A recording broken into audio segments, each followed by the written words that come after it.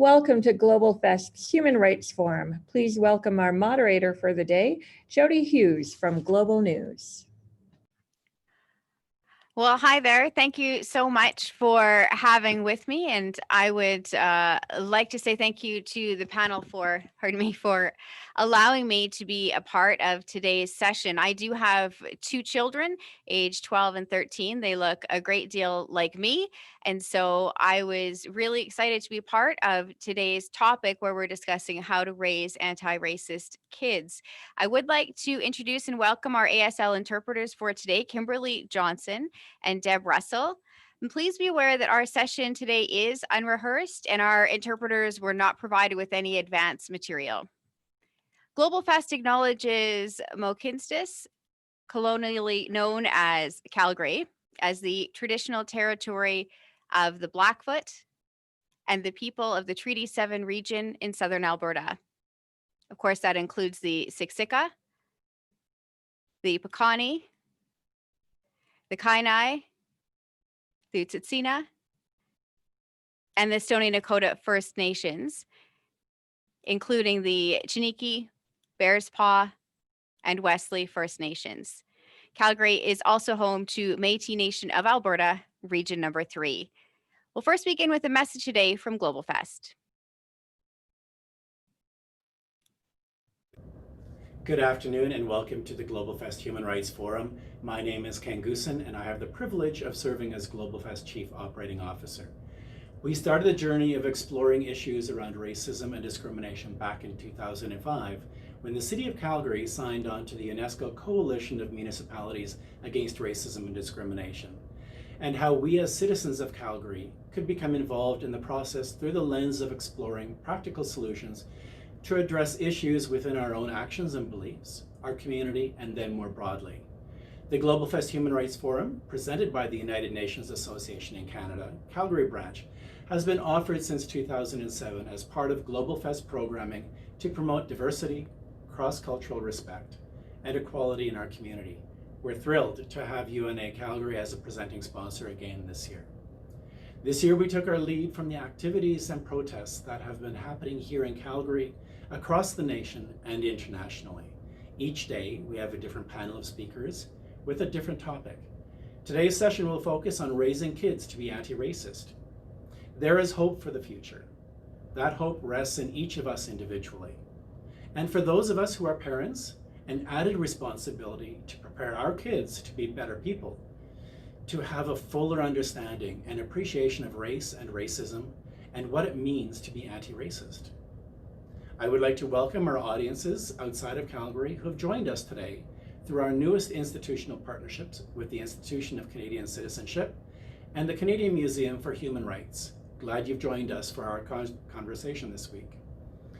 Before the session begins, I would like to welcome Jody Hughes to be moderator in today's sessions. Jody, we are thrilled to have you joining us in our conversation. Programs like this would not be possible without financial support. And at this time, I would like to thank all our sponsors and fundraising partners for their generous support and commitment to this collective cause. Thank you for joining us today, and hopefully for what was a long week, and we enjoy and look forward to a meaningful conversation. Thank you. And thank you. GlobalFest would like to thank their funding partners, United Nations Association of Canada, Calgary branch, the Calgary Catholic Immigration Society, the Canadian Red Cross, the City of Calgary, the Province of Alberta, and also the Government of Canada. GlobalFest is also looking forward to continuing partnerships with the Institute for Canadian Citizenship and the 6 Degrees Forum, as well as the Canadian Museum for Human Rights. We look forward to having a dialogue with our speakers today and look forward to taking questions from the audience. So if you're watching from home, please feel free to submit your questions. You can do that throughout the session by entering your questions into the Q&A box, and we will do our best to get to those questions throughout the forum. Our conversations today, we'll be honest, they might get uncomfortable, and we certainly might not always agree with one another, but our session today is a brave space, one where we can recognize that each experience and each viewpoint is a valid one, even if they are different, and we recognize that this is a place where we all find ourselves in an even plateau and that we're all in a place of learning. Our session today, of course, is on raising anti-racist kids. Powerful and unique conundrums exist when it comes to raising children in societies that are racially diverse and yet still full of so much racial injustice. So the questions that we want to go to today are things like, should we teach kids to be colorblind, or should we be teaching them to notice race? Our speakers this morning will help us address these topics. And I'd like to welcome our very first speaker, Dr. Jennifer Harvey. Dr. Harvey is a professor of religion at Drake University, where she also serves as faculty director for the Cru Scholars Program. Her work focuses primarily on racial justice and white anti-racism. Her books include the New York Times bestseller, Raising White Kids, Bringing Up Children in Racially Unjust America, and Dear White Christians, for those still longing for racial reconciliation. Good morning. Thank you so much for joining us, Dr. Harvey. Good morning. Thank you so much for having me, Jody. Should I just go for it? Sure, go right ahead. Greetings, you all. Thank you so much. It's a gift to be able to cross the border this morning. I am speaking to you from the US, and it's always a gift to cross borders in this way, and especially during this time of COVID when connecting with people is harder and slower. And so I'm really grateful for this invitation, and I'm always galvanized and energized to be with folks who are seeking to grow justice and flourishing for all of us. I want to share with you this morning, this afternoon, depending on the time zone you're in, some stories that I think sort of map some of the terrain that we need to find our footing on if we want a different racial future than the one that many of us are living right now. And we're going to talk this morning. I'm going to be sharing largely from sort of the US context, but attempting to both acknowledge some of the differences and similarities with the Canadian context, and also during our discussion time, we can certainly make those connections. So first, I offer a story to you from a mother who's in the United States, and she said this to me. She said, "I was so relieved when my second grader came home after her school's Martin Luther King Jr. celebration. I'd been worried about what she'd be taught. Like, I figured they might sugarcoat things. But when my daughter came home, she was so excited about everything she'd learned, and her school had done a great job. But then, after sharing all she'd learned, my daughter turned to me and she said, 'You know what, Mom? I'm so glad we are white.' And I thought, oh my God, do we say that? So let's imagine that this child had been an Indigenous child, an Indigenous person, and she had come home after a day of celebrating First Nations justice movements for reparations and reconciliation. She had come home and she said, 'Mom, I'm so glad we're part of the Blackfoot people.' I don't think a mother in that situation would say first, 'Oh my goodness, oh no, do we say that?' And very possibly Black kids in that actual class did go home that day after celebrating Martin Luther King Jr. and say things like, 'You know what, Dad? I'm so glad we're Black.' And I could imagine many a father's response being, 'Indeed, we are glad we're Black.'" Slide, please. But the racial landscape is different for parents of white kids. And this is true as well for any of us who are part of colonial settler peoples. And here's the difference. If we are committed to equity, if we value justice, but we are living in an unjust society that also privileges us in that injustice, we face some very real conundrums that show up when a child says something like, "I'm so glad we're white." And the thing is, these conundrums impact white children's development from their earliest days. Now, Race impacts all children's development, and all of our children need support to navigate societies that are both diverse, but also deeply unjust. But we know from many studies in the United States that parents of children of color tend to offer their kids that support. So we know, for example, that Black families in the United States teach their kids explicitly about the ways that race matters in their lives at rates 2 to 5 times higher than do white US American parents. In contrast, we have many studies that show 75% of white US American families with kindergartners, which is age 5, never or almost never talk about race with theirs. And that is a lot of white silence. And that's what I want to talk about for my part of our conversation this morning. I want to talk a little bit about what white silence looks like. I want to talk about why it's so dangerous. And I want to talk about, most importantly, what some counter responses are to it. So about 3 years ago, there was a story that circulated in US media, and it was a story about these two 4-year-old boys. They were both darling. One of them was African American, one of them was white American, and they were best friends. And these two 4-year-olds, one white, one black, got matching haircuts because they wanted to see if they could trick their teacher so that she wouldn't be able to tell them apart. Now, the story got a lot of attention, in part because their friendship was so sweet. It kind of tapped into a longing, I think lots of us have, for sort of love across lines of real difference. But it also got attention, I started to realize, because it seemed to endorse white silence as a good strategy. So the story of this interracial friendship where these two boys thought they might be able to trick their teachers by getting matching haircuts, it seemed to show that kids can be taught not to see color. And secondly, that if they can, that's a win.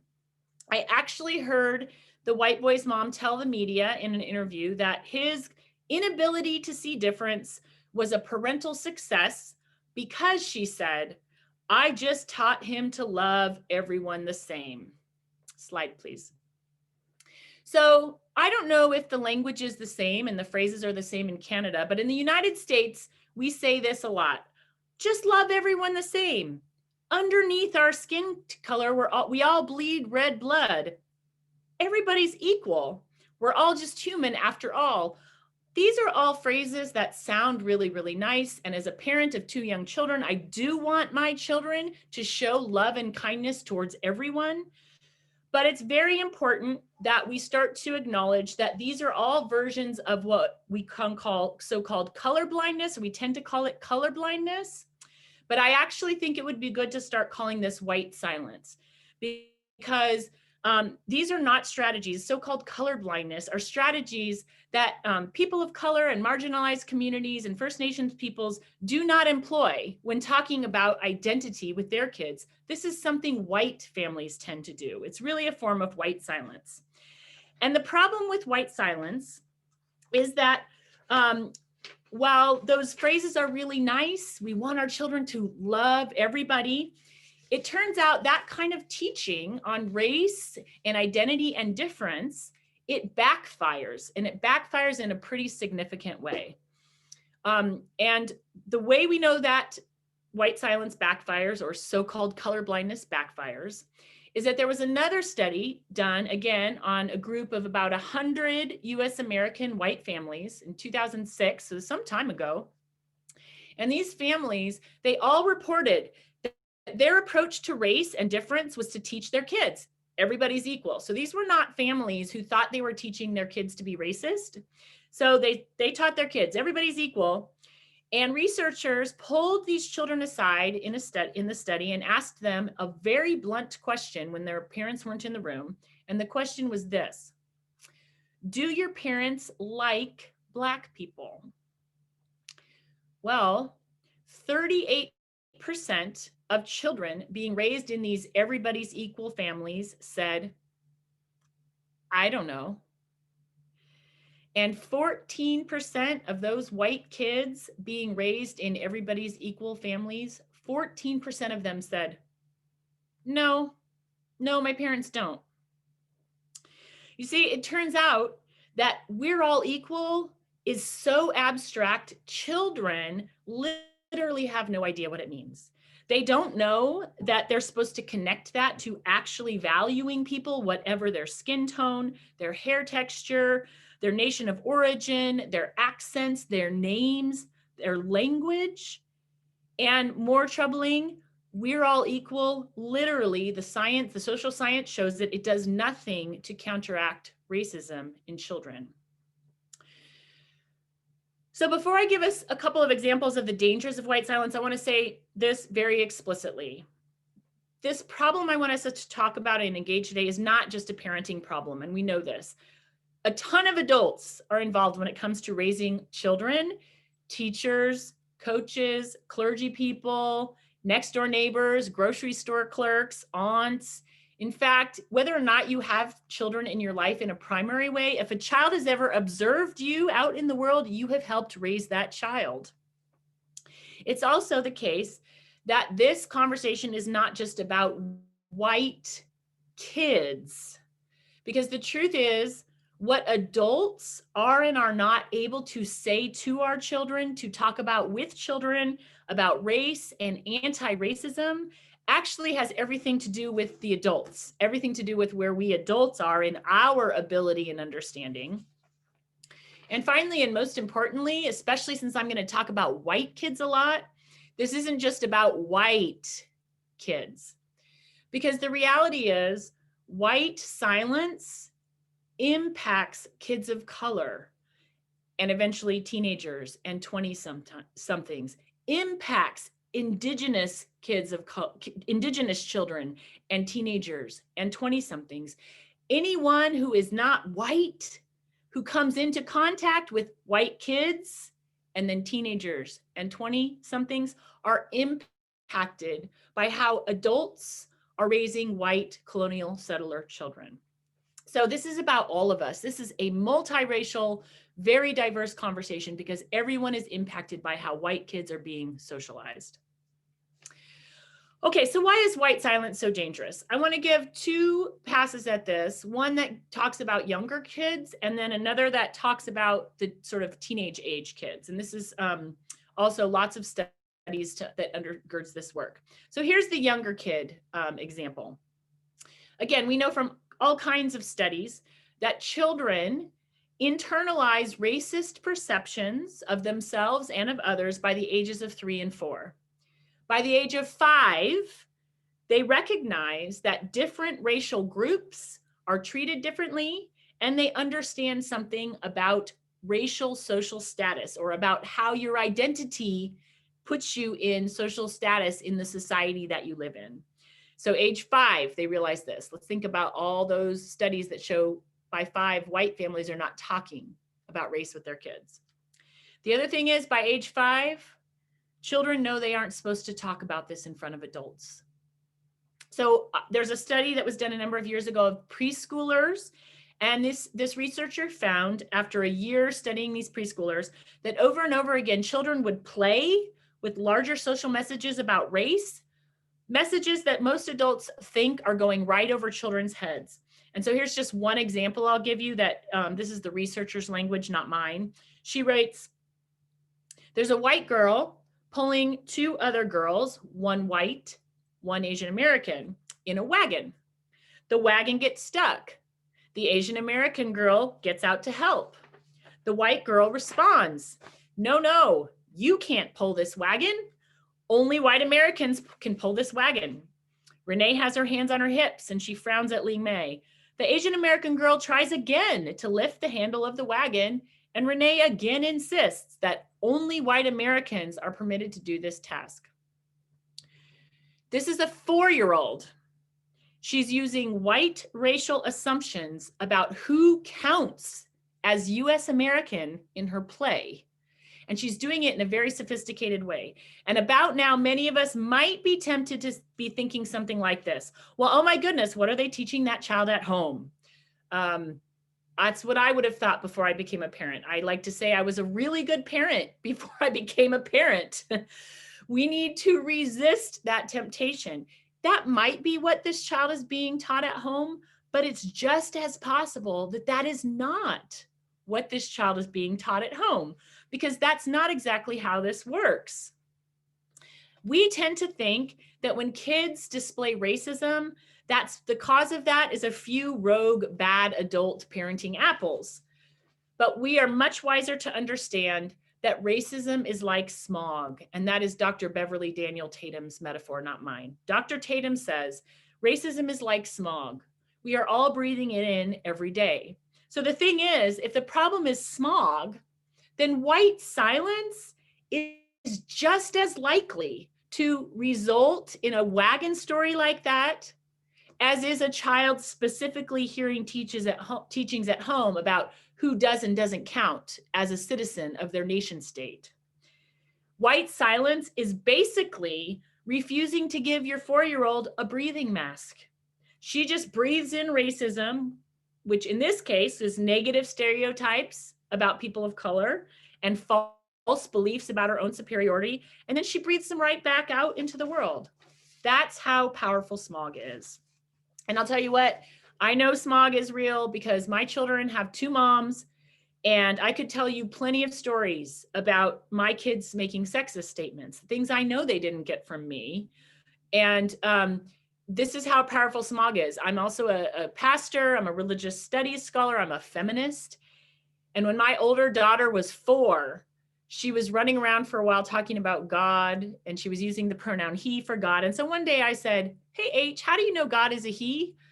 And first she said to me, well, of course, Mama, God is a boy's name. And I said, oh yeah, okay, I see. But then my 4-year-old turned to me and said, anyway, Mama, God has to be a boy because boys are better than girls. You can imagine my feminist heart crumpled, and it was the longest Facebook therapy session of my life to this day. That that's the point. We're not even silent about gender in our homes. And if someone had heard my child say that out in the world, they would have said, well, what are those 2 moms teaching that little girl about boys and girls at home? Which of course they didn't get that. My child didn't get that from me, but that's how powerful smog is. Another reason that white silence is so dangerous is kids notice everything. Their brains are wired to do that. They're making sense of the world. So they're asking, who's in this space? Who's absent? Who's doing what work? Who's in charge? Who's never in charge? And if we live in deeply segregated and completely hierarchical societies, that alone has impact. No adult help needed to add to racist assumptions being drawn there. If they don't see First Nations people in leadership roles, oh, First Nations people must not be able to be leaders, they conclude. If they primarily see Black people in service or custodial work, oh, Black people must not be teachers. They can't be doctors. That's what our kids conclude. Adults won't even realize it's happening. All we need is white silence. And the next thing we know, children will have created their own explanations, helped along by the larger racist cultures they're being raised in, as to why the world is the way it is. Okay, slide please. Here's the teenager description. Mary Buchholz spent a year doing interviews in a racially diverse high school. And she started these interviews by asking students about their age, their sex gender, their grade, and their race and ethnicity. And this was a school where they were teaching diversity as a value. It was a multiculturally embracing curriculum being taught in this school. So Mary Buchholz asks these young people these questions, pretty straightforward: age, sex, gender, grade, race, ethnicity. Something fascinating happened. She discovered that white students, this was a US high school in Northern California, couldn't answer the last part. They did fine with age, grade, sex, but they started squirming when they got to the race part. And you can click the slide, please. Some of these young people would give ironic answers. One boy, she writes, would abruptly takes on a fake British accent, and he says, well, I'm the whitest of the white boys. He's kind of mock celebrating his whiteness. And then other students would play ignorant or get kind of uncomfortable. And so they'd say things like, well, I'm white. And then they'd qualify it and say like, no, actually I'm Dutch. That's right. My mom said our people come from Holland, right? And other kids would say, well, I'm white, I guess. I don't know. So as she pushes on this, Buckles discovers two things, and please click the slide. These students are literally not sure whether saying I'm white is the same thing as saying I'm racist. And they know that they don't want to be that. And so they sort of recoil from the white part. The other thing is there's kind of a joke that's floating in the school that associates whiteness with, quote, cultural blandness and a lack of coolness. And it's not just the white kids that have this joke going on. It's all the kids in this very multiracial school. And sometimes it's kind of a joke, but actually she discovers other times it's quite painful to these white teenagers. And this one basic demographic question raises all this stuff. And this is really, really important. It was important before 2015, 2016, but it's critically important right now. Click the slide, please. Let's imagine you're at an age where being uncool is about the worst thing you can be. And you are now being told this, that celebrating diversity is a key value. You're supposed to acknowledge diversity and value it. But everybody knows you're not really supposed to celebrate your diversity, right? What do we do with whiteness? Or what do we do with being part of a settler colonial people? So here's how this equation goes. You cannot embrace your race, your identity. Everyone else gets to embrace theirs. And you are supposed to enjoy embracing your much cooler peers' difference all the while. That's the equation. What do we think is going to happen in that equation? Well, what happens is a lot of these kids are really resentful, the white kids. But what they resent is not the adults and teachers and parents who haven't equipped them to understand that anti-racist white identity, anti-racist, anti-colonial settler postures, even if you are a colonial settler people, can be part of a journey you take. They don't express resentment at the teachers or parents who haven't unfolded that journey with them. Instead, these white teenagers have started to resent the whole enterprise of diversity. And in fact, some of them are turning quite hostile, in part because they're jealous of students of color in the school. So they start to turn their anger on those teenagers of color. So those kids of color will end up receiving the backlash from the resentment towards diversity that these white youth are developing. This equation sets everybody up to fail. And so this, friends, to my mind, is why we have to get serious about breaking white silence right now. I see this as an investment in the very urgent but very long-term work of raising a generation of anti-racist committed white children and youth who are able to be part of and partners in multiracial, justice-committed, flourishing, pluralist communities. So we got to break silence to make that happen. So what does that look like? Slide, please. First, and a second slide, click 2, please. We need to create race and justice conscious schemas. And I'll give you an analogy. As I already said, my children have always known that families can have 2 moms. The moment they experienced a mom, they just knew you could have more than one. So even when dominant cultures have said to my kids, 2 girls can't get married, or you have to have a mom and a dad, when my kids hear those messages, they just experience the messages as strange. To them, the messages are outliers that need some sort of explanation. It never occurs to our children that they are the outliers whose family has to be interpreted somehow. That's what schemas are. They're the underlying patterns that we use to make sense of the world. They make up our deepest assumptions about what is normal, how things simply are. For my kids, multiple moms is just how it is. We've got to do the same thing with race. We've got to make talking about race, naming injustice, and the truth, which is that people are constantly acting against racism. We have to make that part of white kids' most basic schemas, that we talk about race, that we name injustice, and that people are always acting against racism. That is the most normal human thing you can do when you encounter racism. There's a lot of ways we can do that. Early and often, race talk is essential, and so is explicitly teaching our kids about what racism is and what anti-racism looks like.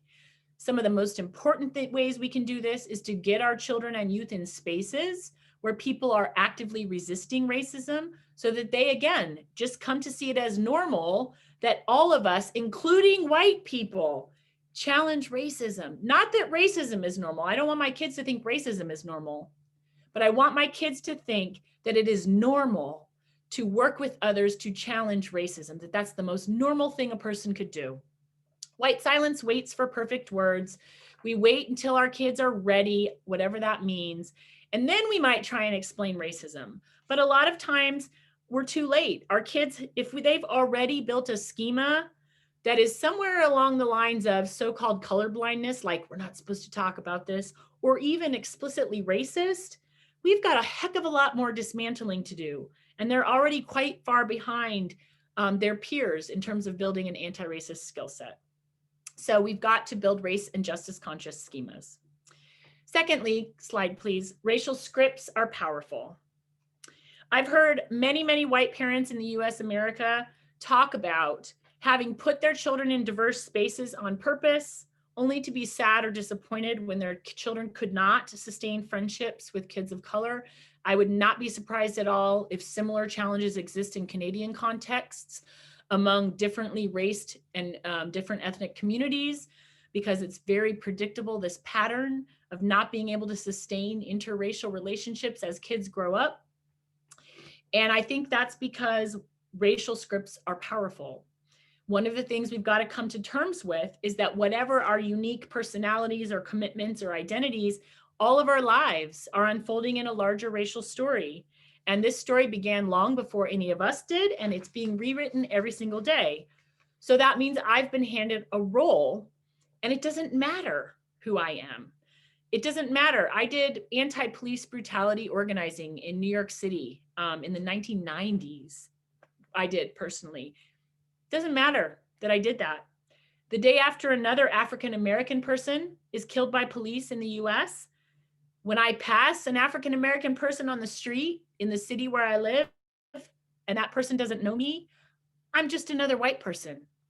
Our national racial wounds, the violence, the trauma exists in the air between us. They mediate all of our initial encounters, and they often prevent anything more than a first encounter from happening.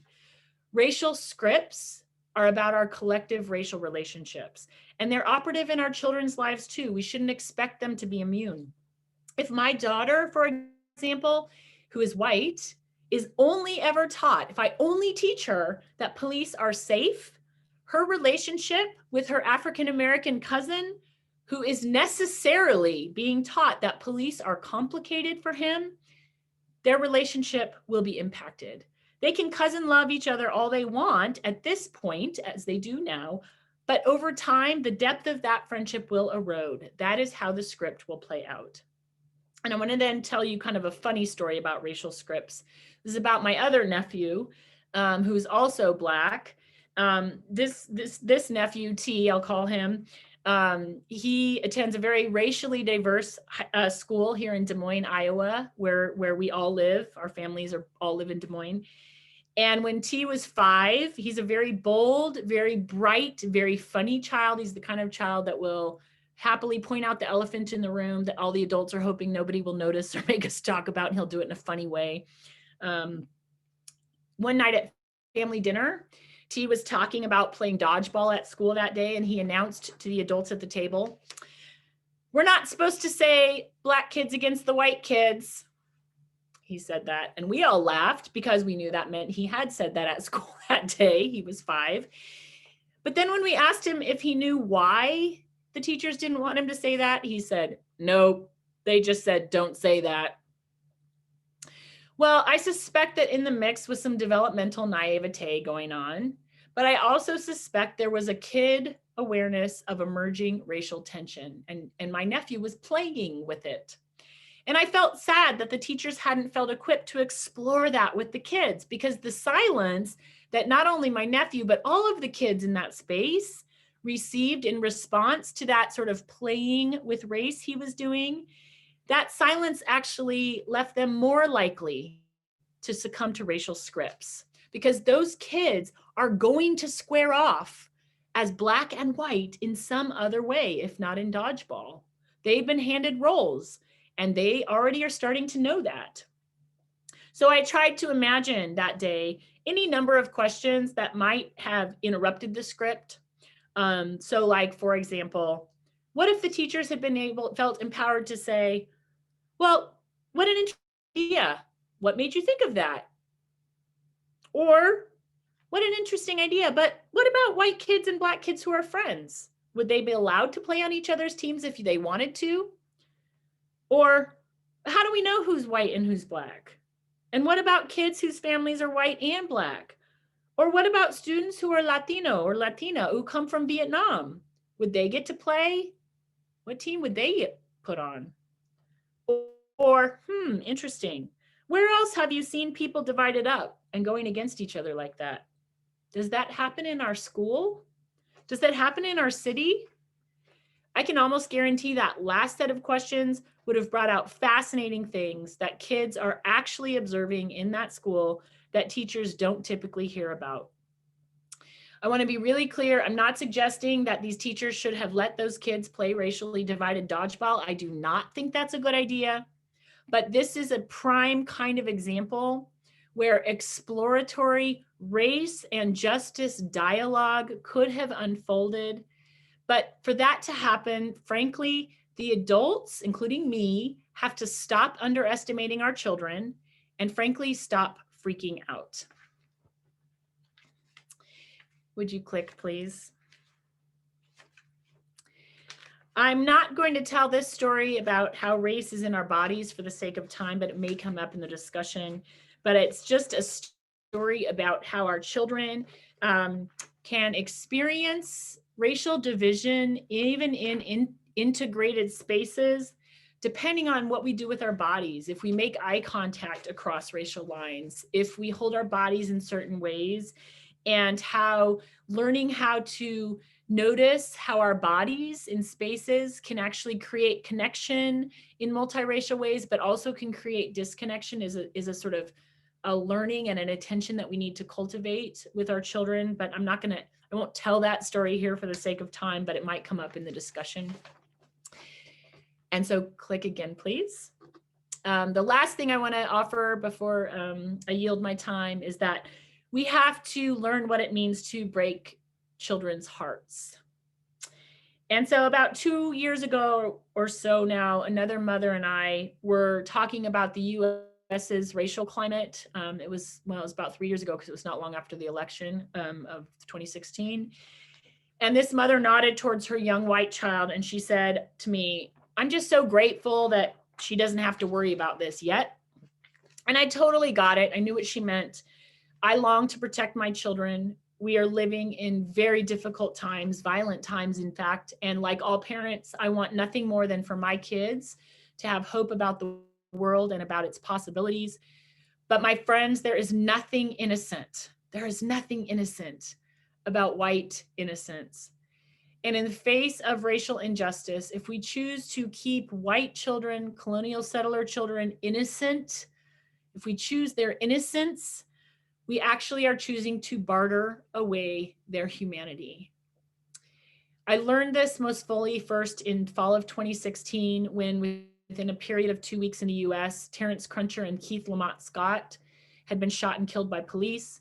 And I teach at a university. My students had organized a protest, and I told my children, hey, remember when we talked about those men who had been killed by the police? My students are coming together to protest and make clear they want this to stop. And I'm going, and I'll take you if you want to go. Both of my kids, they were 6 and 8 at the time, said, yes, we want to go. Can we make signs? And I said, sure, you can make signs. What are your signs going to say? And both of my kids in unison said, Black Lives Matter. And so I said, well, of course you can make those signs. So I've taken my children to protest their whole lives. But by now they were old enough to chant and be more fully engaged. They both had more of a sense of what was going on than they had when they were much littler.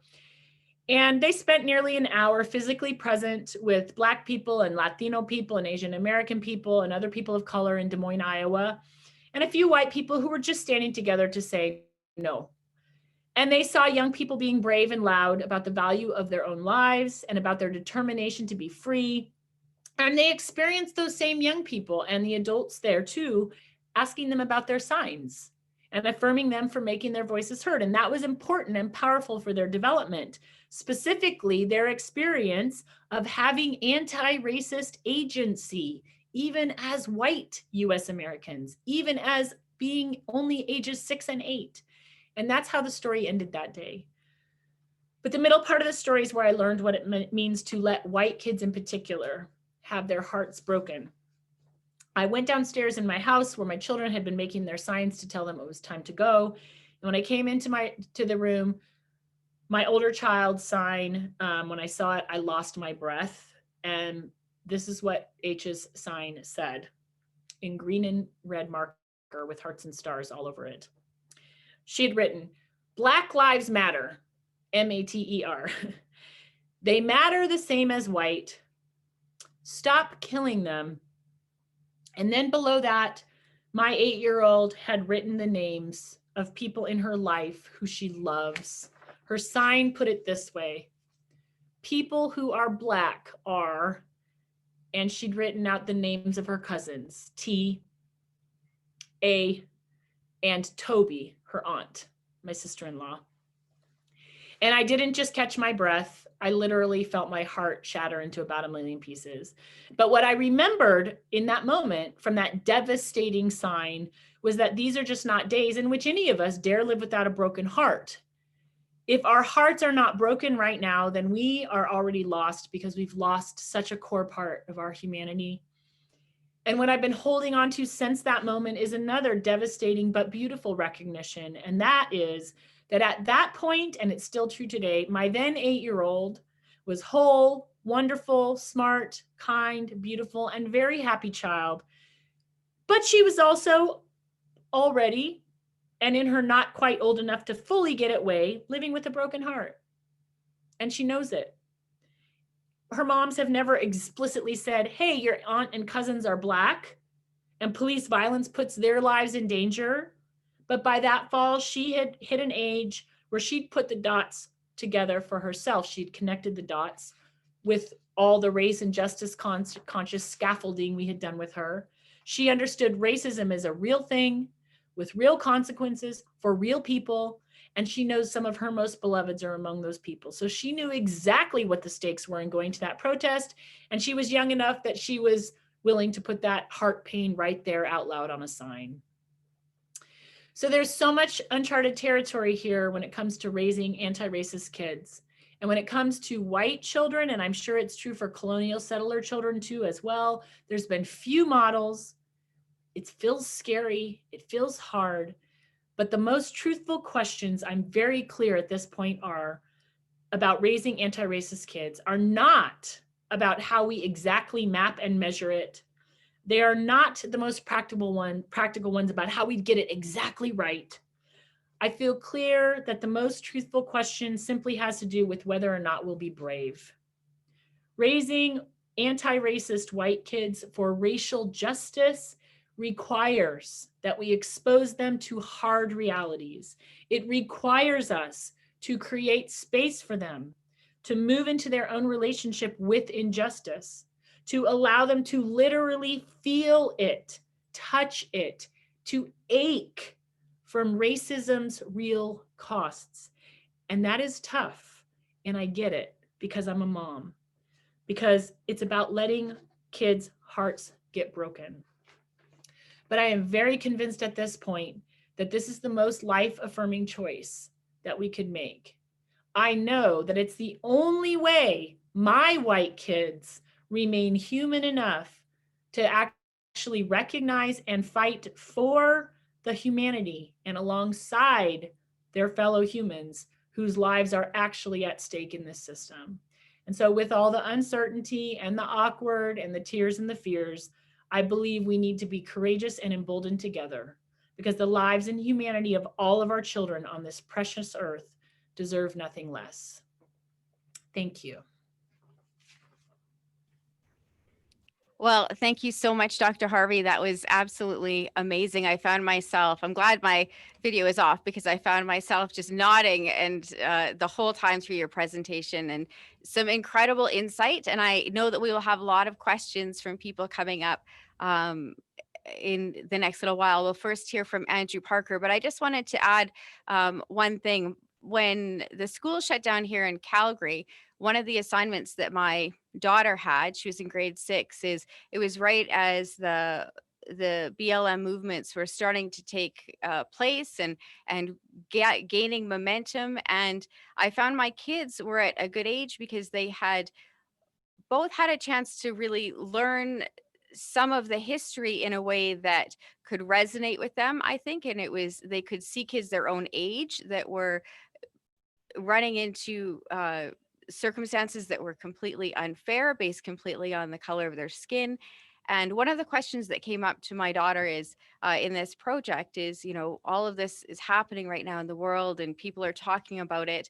Why do you think that it's happening? And she so succinctly summed it up and just said to me, as we were working through the project, just said, well, everybody is at home right now.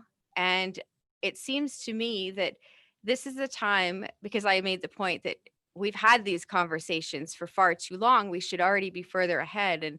And she said, well, it seems to me that we're at this point in the world where everybody has to listen. They're all at home. They all have a chance to put their attention to this. There are no other distractions. And it gave me such hope to think that maybe she is right. Maybe this is finally the time when those conversations can be more open and we can start to see this generation able to get the traction that so many generations have tried to gain. But we'll talk more about all of that coming up. We will have questions on our Q&A, but thank you again for your time. It's just been amazing. Next, I'd like to introduce you to Andrew Parker. Andrew Parker, also known as AGP, he has his own acronym. Born in North Edmonton and is the son of Jamaican and Grenadian parents, Andrew is a professional basketball player, a coach, and a mentor. He is currently teaching at MA Lizard in Edmonton, as well as volunteering and coaching with both the junior and senior men's basketball teams. Andrew is a founding member of the Black Teachers Association of Alberta. Andrew, thank you so much for being with us today. We appreciate your time. Thank you so much. Can you guys hear me? I'm just making sure that everyone can hear my voice. Andrew and I had a moment earlier today. I work over at Global Television. He joined us from his bathroom. So I'm glad that you've moved rooms today. COVID-19 has changed everything for everybody. And that's my disclaimer, and I'm sticking to it. So, Andrew, tell us a little bit about the Black Teachers Association of Alberta. Well, Black Teachers Association of Alberta actually started with myself, Mr. Patrick Powell, Gail Wilson, and Sarah Adamakwasa, who's a teacher in the Edmonton Catholic board system here in Edmonton.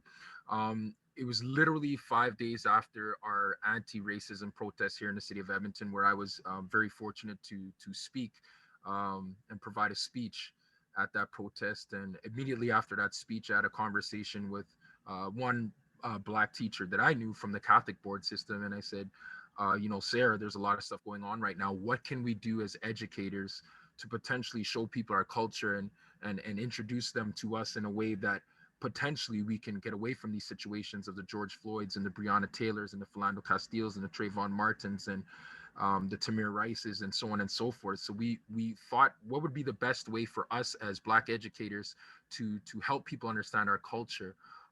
There were 5 pillars when we originally started. They were representation, communication, inclusion, and racism awareness, providing supports, and as well as networking and job opportunities. I currently work in a school where I'm one of 2 Black teachers, now 3 as of this year, and we're looking for ways that we can have more of our faces in front of classrooms.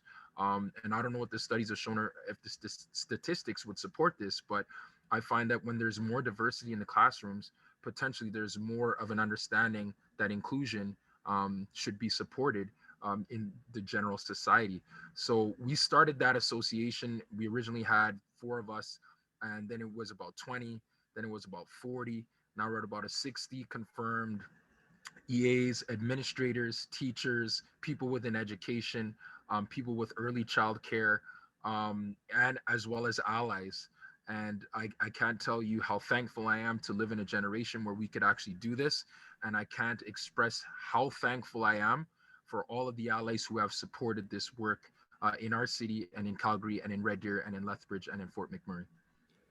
Well, I wanted to ask you too. I mean, so often when we start talking about race, the comparison is made, well, thank goodness, no offense, Dr. Harvey, but thank goodness that it's so much different here in Canada. I would imagine from your perspective that isn't something that you would see from the same eyes as maybe some of the people who are making that comment. So how do you address that as a teacher and as a coach and as a leader? What is your response to that when people almost try to downplay some of the racism that happens here in Canada? Well, I once again, I'm in a very fortunate position where I teach in one of the most diverse schools in the city of Edmonton. I would arguably say between us, Jasper Place, and Harry Ainley, that we're one of the most diverse schools, which means we have a number of students who are members of the LGBTQ community, a number of students who are First Nations, Métis, and Inuit, a number of students who are Arab Muslim, a number of students who are East Indian, Asian, and of course, Black and African Canadians, Black Indigenous people of color. So for me to have that type of a perspective doesn't necessarily make sense. One, because I'm a Black teacher, and number two, it's because our youth have told me their personal experiences with racism here in our country. I was very fortunate again, guys, to be a teacher mentor for the Black Lives Matter student-led group in our school for 4 years. In the first few years, we had an incredible turnout. I want to say almost like 60, 70 kids, Black kids, white kids, Asian kids, who wanted to hear the perspectives from the students. And I'll tell you right now, guys, sitting in on those meetings as a Black teacher, as a father, and as now a Black adult, was disheartening. To hear the students talk about, even just in their neighborhood, people randomly calling them the N-word out the side of their car windows and laughing as they pull off away. To hear how some students felt in different teaching settings with their teachers related to race. To understand that they still had the desires that I currently have and I did have when I was a youth, to see our faces in the textbooks, to hear our voices in the PowerPoint presentations, and to not only hear that and see that, but to also be an active participant in education, not just somebody watching, the dominance of Eurocentrism or ethnocentrism relating to one culture. The students, I'm going to say this right now, we have to start listening to the children. Bishop McNally High School in Calgary is a strong example of that. They had 2 instances of people using the N-word to these students in a derogatory way, and they didn't feel that they were being listened to, so they protested. They marched, 100 plus kids, and I can't tell you how proud I was of those students. And if I was in Calgary, I would have definitely walked with them, because I think it's time to listen to the youth. My generation, our previous generation that came before us, were a lot of immigrants. Some of them were settlers. We have Amber Valley here in our province, where people came from the United States of America to Canada for a new way of life, the railroad. But how is it that now in 2020, our youth are still dealing with the challenges that we dealt with 20, 25 years ago? And to echo what Dr. Harvey had said, the time is now. We need to address these situations. We need to address it from the top. So superintendents, principals, administrators, to teachers, to parents, and of course to the students. Dr. Harvey raised such a good point about that, the story about her nephew, and that could have been such a teachable moment. And I wonder, as I'm a parent and having grown up in the educational system here in Alberta, I wonder if, maybe it's partly because we're Canadian and we're, polite to a fault and we don't like to stir things up, or maybe it's a lack of exposure or education. But I wonder if the fear, that sensitivity we have to addressing those conversations or to asking questions at home and in classrooms, if that's one of the biggest impediments that we're facing. After you and I spoke on the air this morning, I had a viewer write in and said, in one of my recent experiences with my grandson, at their school was not positive. So they described the story of how the grandson's friend commented loudly in class, "Bach," and the grandson replied, "Choi," and the teacher then called the grandson racist. And the person who's writing in is finding this offensive. And I read that this morning and thought, it was actually ironic that Dr. Harvey brought this up, because I thought, wouldn't that have been a great teaching moment, or a great moment to have the conversation of, well, what did you mean? We don't know how old these kids are, but is that something you're finding in classrooms, that, and in the education system, that there's a fear to have these conversations, or to just get things out in the open? I can speak for myself and say that that fear just doesn't exist, because I also understand the fear of ethnic minorities as it relates to racism. And I also understand the importance of speaking about racism and stereotypes in my classroom.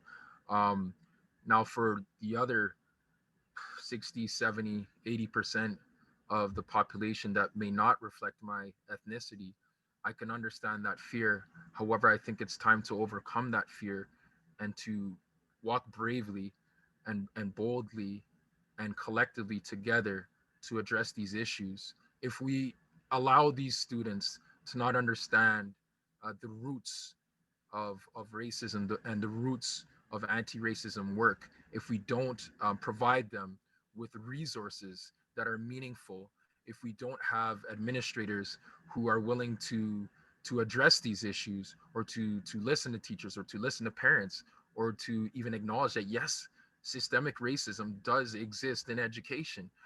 If it can exist in police systems, why can't it exist in education? So I would say that for those teachers who are potentially afraid of those conversations, um, have them. You know what I mean? You're only going to grow from these experiences. If you don't have these conversations, 10 years from now, 15 years from now, 20 years from now, when you see something in the news and it's related to either one of your former students or one of your former colleagues, and they had an opportunity to speak about things, imagine if you had done that 20 years prior, 25 years prior, and then you were able to have that conversation with a colleague and say, well, this is what I did, this is how I approached it, how do you feel? And if you're very lucky to have ethnic minority teachers in your school as well, include them in the conversation. Don't necessarily make them the forefront and make them be like, well, what would you do, what would you, should I do it like you? Make it open and honest, and then from that open and honest conversation, I think we can build some very valuable work within anti-racism. I'm just a firm believer in that. How do you create that safe space in a classroom so that kids feel comfortable asking those questions? Because again, as Dr. Harvey was referencing, so often, a parent's instinct when they hear a child talk about race or notice a difference is to say, shh, no, we're all equal. So how do you create that space where it is okay for kids to ask these questions? And then I know you can't control it, but what happens when they leave that classroom? Is there any way that you can try to encourage them to still have that safe space outside of the classroom, on social media, or as they share their experiences with their peers and their parents and their family members? I'm going to address this in a few different ways. The first way I want to address this is that I've been very blessed to have grade 10 students for every year that I've taught in Emmy Lizard High School. I find that when you have grade 10 students and you teach a certain way, you provide, in some regards, vulnerability as a teacher, and being open and honest, and also allow them to speak, that by the time they get to grade 12, it's already embedded in them. If they have also subsequent teachers who believe in that ideology of, we're here together, we're here to get this work done, and it's going to be uncomfortable, but at the end of the day, we're going to learn a lot about each other. One of the first assignments we do in chapter 3, which we talk about media and media communication, I talk about stereotypes, and I take about an hour and 15 minutes, and I say to the class, let's clear the entire board off, and I want you all to tell me all of the ways that people can be stereotyped. And in some ways, people talked about their gender, they talked about orientation, they talked about their skin color, they talked about their financial status, they talked about their hairstyles, their hobbies, how much money they had, how much money they're by bit. When we were placing these words on the board, raising their hands up quicker, people who maybe didn't feel comfortable in the initial 5-10 times where other people were saying, this is a way to be stereotyped, that's a way to be stereotyped. They were eventually raising their hands and speaking about it. And immediately after that, I said, okay, guys, let's write an essay about it. And with this essay, if you're comfortable, I want you to send me a tweet and where we could talk about different stereotypes and how they affect us. And I'll tell you right now that in that situation with that class, and I've done this every year, and I've been teaching now for 8 years, I find that these kids really started to understand each other, and they really started to understand themselves. And that's very important. The second way I want to address that question is by saying that in our classroom, we watched the 2016 version of Roots. Now, for some people, they would say, talking about slavery is something that's, uncomfortable, it's difficult. Watching the video, etc., is tough because there's a lot of different racist notions in there. But what I do with that video is I explain to the children, well, guys, do you want to know the origin of the N-word? Let's talk about it. Let's talk about how it's used now in the media. Let's talk about where it came from. Let's talk about who it was used against. Let's see how Africa looked prior to colonization, European colonization. Let's talk about imperialism, and let's talk about right now. And towards the end of that movie, I give them a reflection piece, and I say, okay, guys, what would it be like to be a slave? What would it be like if you were in that situation as Kunta Kinte? What would your hopes be for him and his family? Did you want him to connect with his family back in Africa? What type of lifestyle do you think the majority of slaves had at that time? And even then, what is the impact that you may think could be potentially happening now in society? My students were overwhelmingly supportive to the point that I'll never forget this. There was a black boy in my class, and at the end of the movie, he got up out of his chair. And there's a white boy in my class too. And I don't even know if they were friends before class or whatever, but they got up and they hugged each other. And everyone in the class saw it. I saw it too. I didn't talk while that happened because I wanted them to have that moment, because I thought that was a very transformative moment for both of them, for this young black youth 15-year-old and a young white youth 15-year-old, to not say any words, but to just hug each other. And that's something I'm hopeful that a lot of teachers are doing right now, is allowing our students to get that representation, to get that visualization, to have that reflection, and to also have that empathetic moment where we can build upon for subsequent years of all of our students. What role do parents play in all of this? I mean, it's important that we have these conversations in schools. We know that conversations are happening everywhere. It's social media, between peer groups, sports teams, friend groups. What role should parents be playing in this from your perspective as a teacher and from your perspective as a parent? What do you think parents should be doing, or what role should they be playing? I want to give a big shout out to ethnic minority parents. I think it's time that we make efforts to add our own cultural perspectives to the curriculum, or at least try to ensure that our superintendents, our administrators, and our teachers know that we want our children to learn about our history, and we also want other children to learn about our history and not just see us as the footnotes in history. In terms of representation, I think we need more advocacy groups. We need more districts to adopt the ideologies of associations committed to this work. I even want to say to some of my friends, we need to diversify our friendship groups. I mean, if we're only hearing the same things from the same group of people for 10, 15, 20 years, that's a lot of unpacking. That's a lot of breaking down in terms of our understandings of race. And if we have more diverse friendships, I mean, our kids will have more diverse friendships too, and see that it's something beautiful. I also want to say that as teachers, we have to build bridges with the parents. We love your kids. We see your kids for 8 hours a day. Plus, if we're coaches or if we're doing students union or leadership or any student-led groups, we see your kids for quite a bit of time, and we love them. We need your support, parents. We need you to be there with us, and we need you to encourage your kids to get involved in this work. It may be difficult for you because you grew up in a different time, but these kids are growing up in a time where they see everything on social media. They have the power of social media. We have people who literally have 15,000 followers and they're in high school. And if they have a voice, they're going to speak about things, and then that's a whole new audience. Well, we got to support them and make sure that they're getting to the points that they need to. And also, finally, as a father, I have to say this. I want to get to the point where when my kid goes to school and they have a black teacher, that it's not a novelty. It's not, hey, dad, there's a black teacher. He was cool. it could be to the point where, you know what, Mr. Parker is a really nice teacher, and so is, you know, Mr. Darrode, and so is, you know, Mr. Leslie, or so is Mr. Cameron, or so is Mr. Annie. Like, we could have these conversations where it's not just like, you know, zippity doo-dah, there's a black person in the school. I want them to see our faces and understand that we belong here and that we're a part of society and education.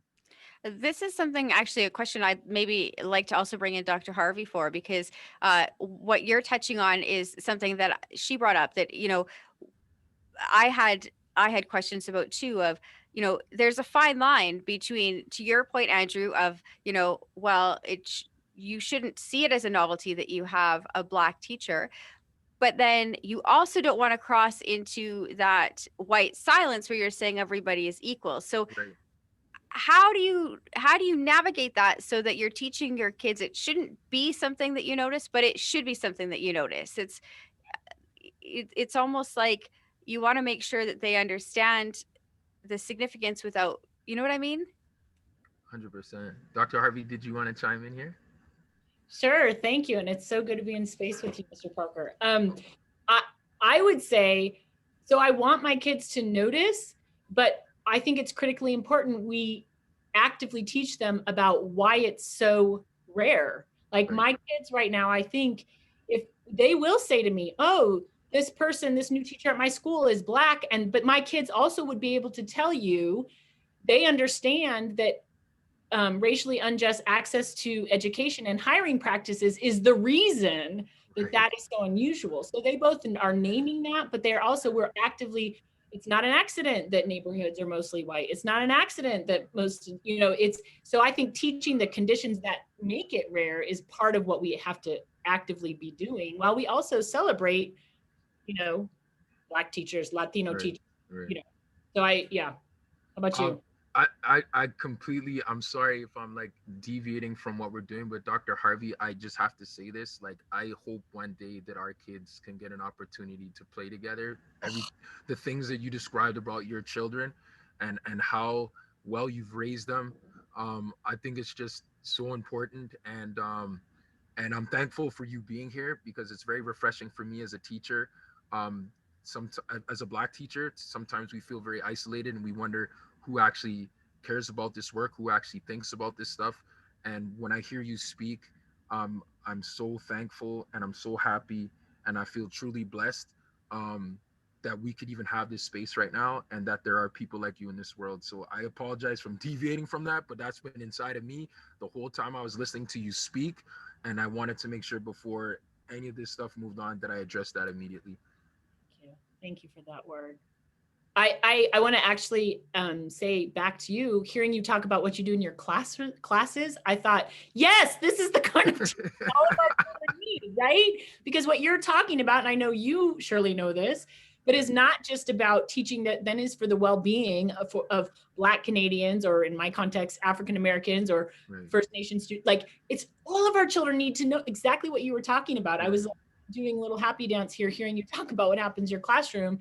And especially the part where you named that you need parents to show up and support you, because I know in the US context, teachers courageous and vulnerable in this way get a lot of parent backlash, and other parents like me need to show up and really stand with teachers who are really educating, as opposed to, you know, going along with reproducing what we've already yielded to this point. Right. And I mean, going along with what we've, you know, reproduced has led to so many instances.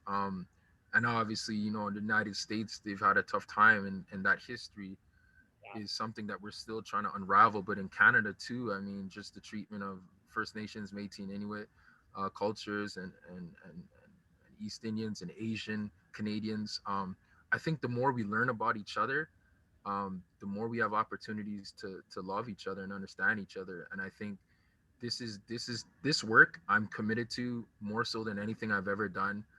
And I come from a sports background. I played basketball. I played overseas. I played high school in Canada, but I played in the United States. I lived in the United States for quite some time, and in Europe. And I just feel like this type of work is going to make the world a better place. And I need it to be a better place, because I want my babies to grow up in a better place. So, yeah. Well, there's a lot of power in being able to tell your story. And Andrew, we thank you so much for your time. I'll pose one more question to you guys both before I start taking some of the questions we have from our audience. But with you being a teacher and our focus in the curriculum here in Alberta being on encouraging kids to be critical thinkers, Right. Dr. Harvey, when you were speaking about your children and how they put the pieces together, I'm hopeful, and maybe I don't have the right to be optimistic, but I'm hopeful that this is a generation of people who can look at a scenario and ask the questions that maybe when I was growing up, it didn't even occur to me to ask because I wasn't necessarily taught to see what wasn't there. Do you guys feel hopeful in the fact that these kids are being taught to be more critical in the way that critical thinkers in the way that they view and analyze the world around them? Dr. Harvey. I can do this time first. You want me to go or do you want? Yeah, I'll go. You go first this time. Okay.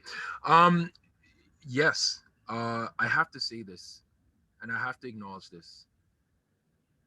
To my Caucasian brothers and sisters, my allies, who in this generation have publicly acknowledged so many issues that have happened in our community, from the members of the WNBA who protested for Jacob Blake and for Breonna Taylor, from members from different sporting communities, from teachers in our city of Edmonton and city of Calgary who have now had an opportunity to speak along with us, because I felt for so long as just a Black person, not even just a Black teacher or a Black dad, that when things happen in the community, it usually just stays in the community, and we get mad, we get upset, we protest, but we so much desire change.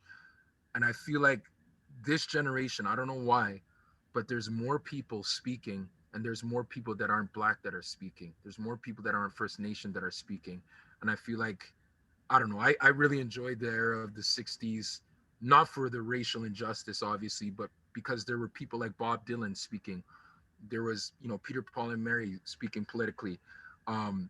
Just musicians, artists, poets who stood up and said, no, guys, society has to change. We cannot live like this anymore, and we should not live like this anymore.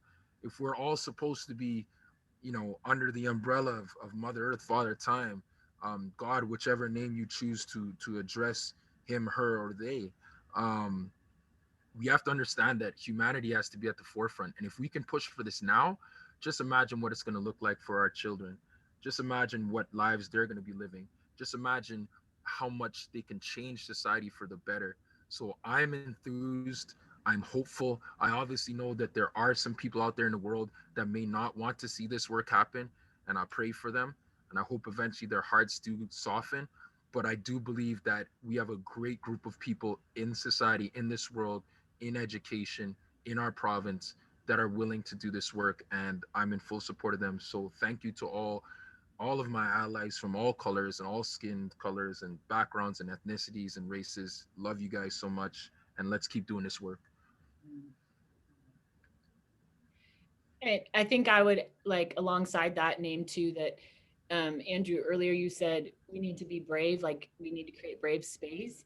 And I just want to echo that, because I think one of the things that's happening in this moment is more people are being willing to step into brave space.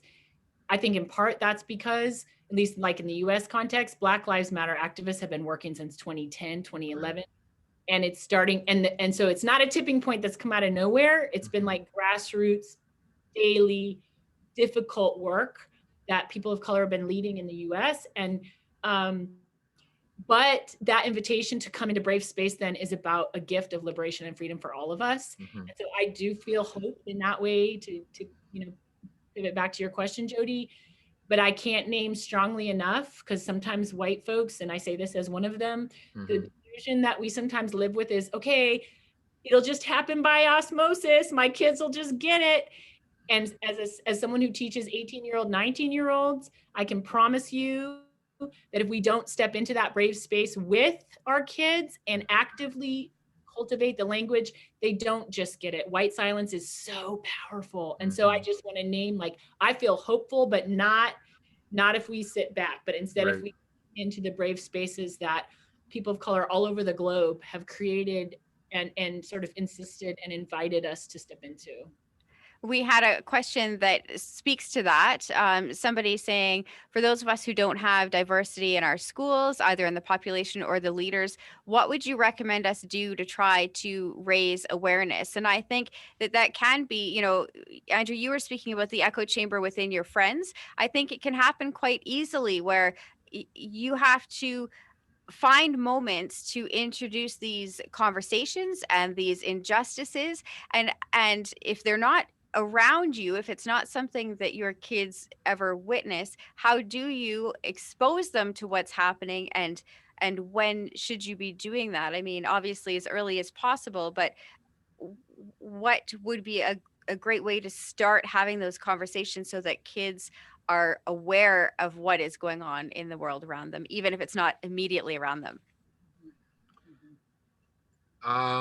I'll tell you right now, I want to give a shout out to a few different schools in the city of Edmonton who've already reached out over the summertime. Strathcona High School, Victoria High School, Lillian Osborne High School, East Glen, Emmy Lazard just now, Archbishop O'Leary, Jasper Place High School, and that's just to name a few who have actively went out and found people from the community, irregardless of their student population was predominantly Caucasian.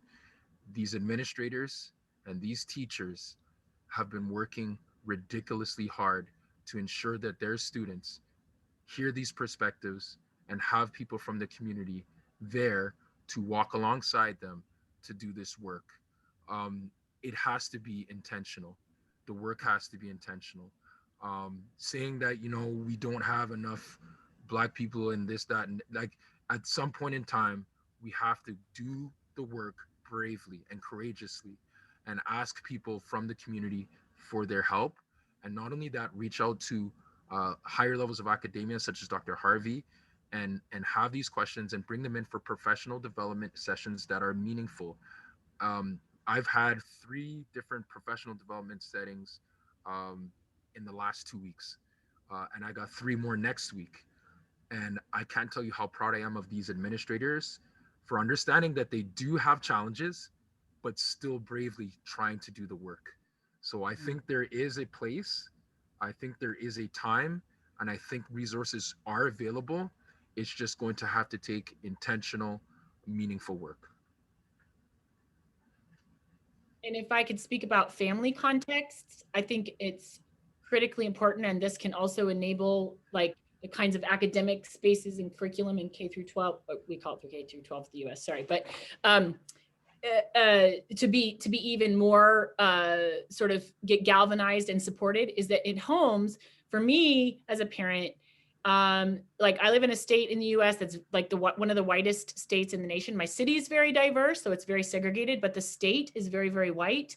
And I will always tell folks who I talk to in rural Iowa, for example, like, okay, so what we have to understand as adults is that if we are living in a space that's not very diverse and we live on the land base of what we now call North America, it's not diverse, not by accident. Like that, it happened in some place and way. And so as a parent, my job then becomes early to start reading with my kids, diverse books, engaging diverse media with them, so that then they become acclimated to not only talking about difference, but seeing it.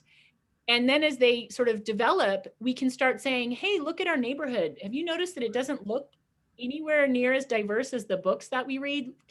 Let's talk a little bit about how that happened, so that even if we are in predominantly white communities or our kids are in predominantly white schools, if we normalize that in a central way that racial and ethnic diversity is sort of conceptually what they should be seeing, they become able to look around and go, but why don't I have a Black doctor, right?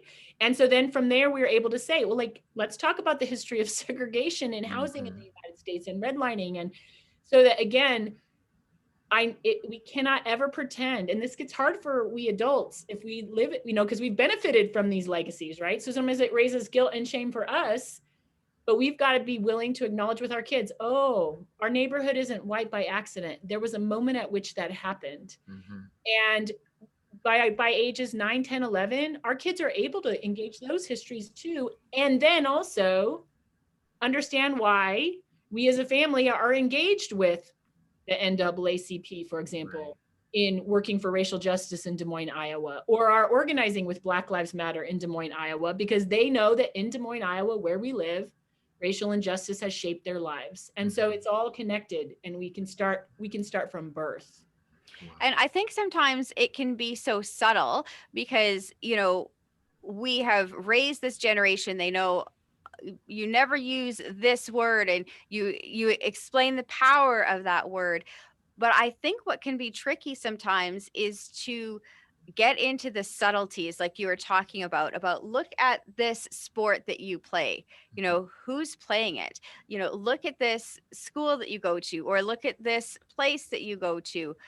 Who is there and why do you think that is? And I think that's something that can be lost if you're one of the people who is already in that space. It can be difficult sometimes, I think, for people to realize the systemic racism, the subtleties that can happen, that can really control the way that society functions on a day-to-day basis. I think that's why Dr. Tatum's metaphor of smog is so critically important, that we all really sit with that if we really understand that racism is like smog, then it doesn't even matter who's in a space. I mean, it matters who's in a space, but like, it doesn't matter. If it's an all white space, the smog is there. If it's a multiracial space, the smog is there. If it's a Black space, the smog is there. And that can be so helpful. Then my question can become, okay, what does a breathing mask for an 8-year-old look like? What does a breathing mask for a 12-year-old look like? Not presuming I'm going to filter out all the racism, but understanding proactive choices to design an anti-racist breathing mask. Anytime I'm not making those choices, my child is literally, I'm letting the toxins come into my child's body unfiltered, and it'll become part of who they are, even if we're like the goodest white family out there.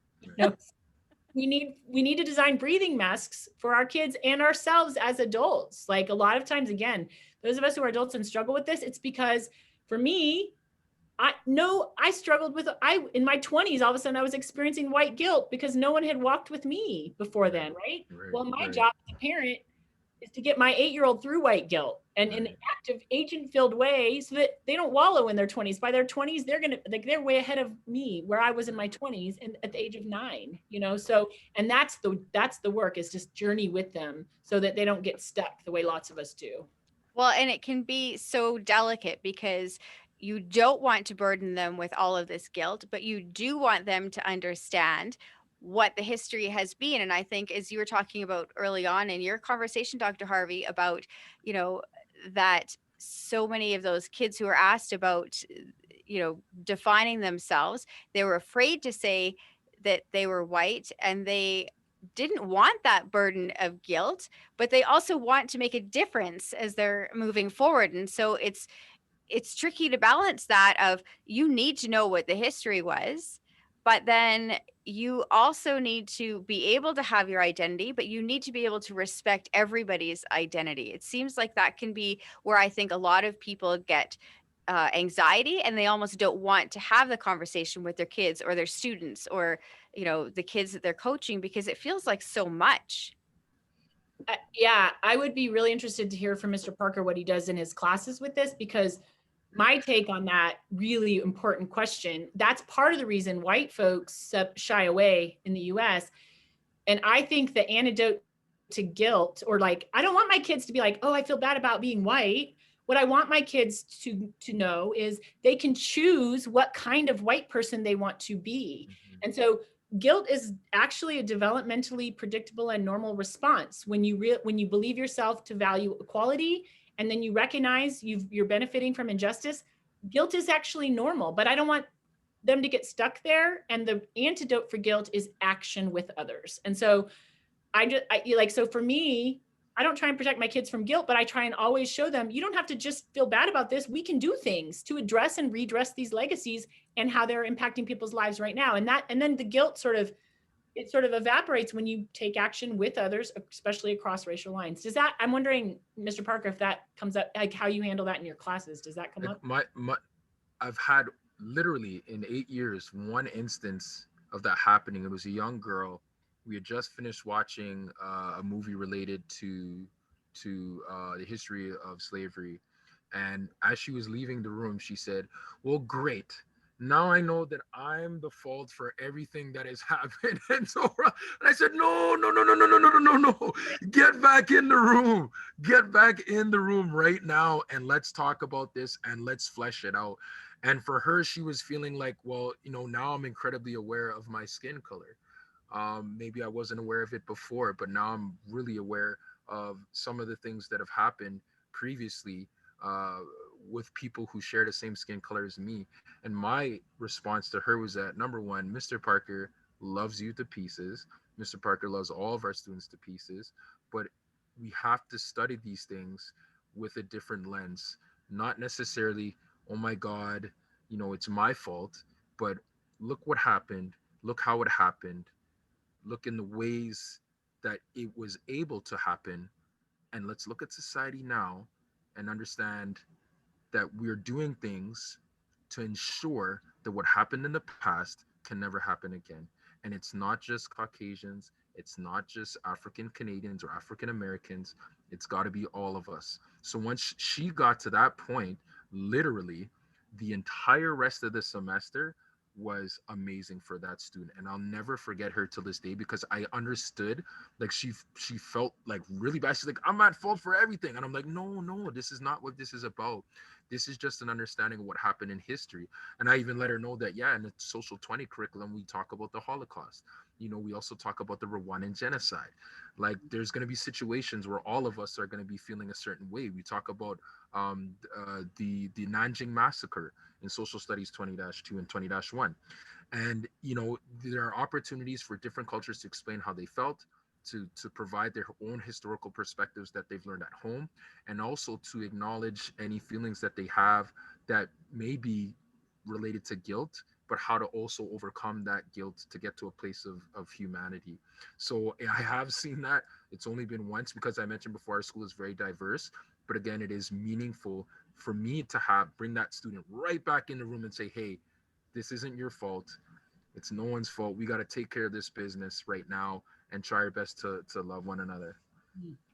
I love We had a question come in, and we do talk a lot about the unconscious biases that people have in society. And this person wrote in and said, I grew up being afraid of Indigenous people and to a lesser extent, Black men. I know my kids' elementary school is doing better with introducing cultures, but I'm worried about putting my own biases onto my kids. Any advice? What would you say to that person? Listen to your kids. Your kids will tell you exactly what they want. Listen, my kid tells me this morning, Dad, I want eggs and sausage. I want an orange juice. And then I want to watch PJ Masks. Now, it seems like he's making demands, but it's also him conveying to me that his opinion should matter. He's 5 years old now. Now, for her child to go through these experiences in school, I think it's very important for parents to acknowledge any biases that they have. Even for me, I should be able to say to my kid, well, this is how I felt about this situation. This is how I felt when I saw Rodney King. This is how I felt when George Floyd passed away. This is how I felt when I watched The Color Purple for the first time. This is how I felt when I read the autobiography of Malcolm X. This is how I felt now this is how I felt when Kamala Harris had an opportunity to become the first East Indian and African American woman to be a vice president in the United States of America ever. Like, I want to be able to have those conversations, but also to let my kids know that this is a dialogue and this isn't just a diatribe of me trying to get at them and tell them what's going to happen and how you're going to be. I want to hear what they're doing because they're living in a completely different society than we are, with a lot of different challenges. Now, there is elements of racism, of course, but the society is changed quite a bit. Social media has changed that dynamic where they're receiving information quicker than we're having an opportunity to even conversate with them about. So I think an open conversation with that child is important, and also acknowledging some situations that you're dealing with or have dealt with related to race, and seeing how your kids feel about it without telling them, well, this is how you have to believe. I totally agree. And I think that parent, I would encourage you to both literally name, I mean, as Mr. Parker just said that, like name, I'm so glad you're learning this in school because actually I didn't learn this. And like actually Yes. talk with your child about your journey. It's, you're much less likely to impose on our children our own biases that most of us have, right? The science shows that too, because we're breathing the smog. If we actually consciously bring them into the room and talk about them, right? And that also means like we're also doing our own work too, because even as an adult, it's not too late to relearn and unlearn and challenge biases that we have internalized. And so for you two to be on your journey, and then you can be like, oh my goodness, guess what, beautiful child of mine, guess what I learned today? And like you sort of develop this family conversation where your kid sees you as on a journey because you are, and you are partnering with them in their journey, and they absolutely are teaching you things, but you also are more able to partner with them because you are actually making journeying yourself a priority in your own life. And we need to do that for entire lives until we turn this globe around to, and it's all freedom and liberation, you know? Well, you guys, I hate to do this, but we have to wrap it up. We have only an hour and a half booked. Thank you so much to our ASL interpreters, Kimberly Johnson and Deb Russell, for everybody who's here. This video will be posted online next week. So if you'd like to encourage people to come and check it out and hear what you had to say, and I really think they should, you've both been absolutely incredible, then that will be up online. Thank you so much, Andrew Parker, teacher from Edmonton, for those just joining us, and one of the founding members of, let me go through my script to make sure I have my title correct, one of the Of the Black Teachers Association. That's the one. Yes, the BTA. I'm like, I've got screens open. I'm in the wrong room. No, thank you, Andrew. I don't mind giving assists. I'm good with that. It's all a big team here. Dr. Harvey, thank you so much for joining us. And if people are interested in your books, Raising White Kids, Bringing Up Children in Racially Unjust America, and Dear White Christians, for those still longing for racial reconciliation. You guys, any final words as we wrap up today? Dr. Harvey? I would just say to anyone listening and feeling challenged and inspired or somewhere in between, you don't have to be perfect. You don't have to have all the exact words. You just need to be brave and recognize that like my humanity is linked to your humanity is linked to their humanity. And we can change the world if we are just brave together. And I think this is the time, guys. There's no better time than the present. Each one has to teach one so we can reach one. And start listening, y'all. Start listening to each other. Listen to the youth. Listen to people who are different than you. And let's start building, guys. We can build bridges. This is what, people like I admired Martin Luther King. Like what he wanted was to see a world where people weren't judged by the color of their skin, but the content of their character. And right now we have an opportunity to share the content of our collective character and make the world a better place. And now more than ever, isn't that important, as we have this acrimonious society and all of these platforms where people are not being as humane as we would like them to be. Thank you both. It has been so inspiring and such an interesting conversation. We appreciate your time. And thank you to GlobalFest for allowing this forum to take place today, Raising Anti-Racist Kids. Bye. Bye. Ciao. Thanks, Andrew. No problem, guys. Great meeting all of you guys. You guys are amazing people. You too. Thank you. Awesome. See you later.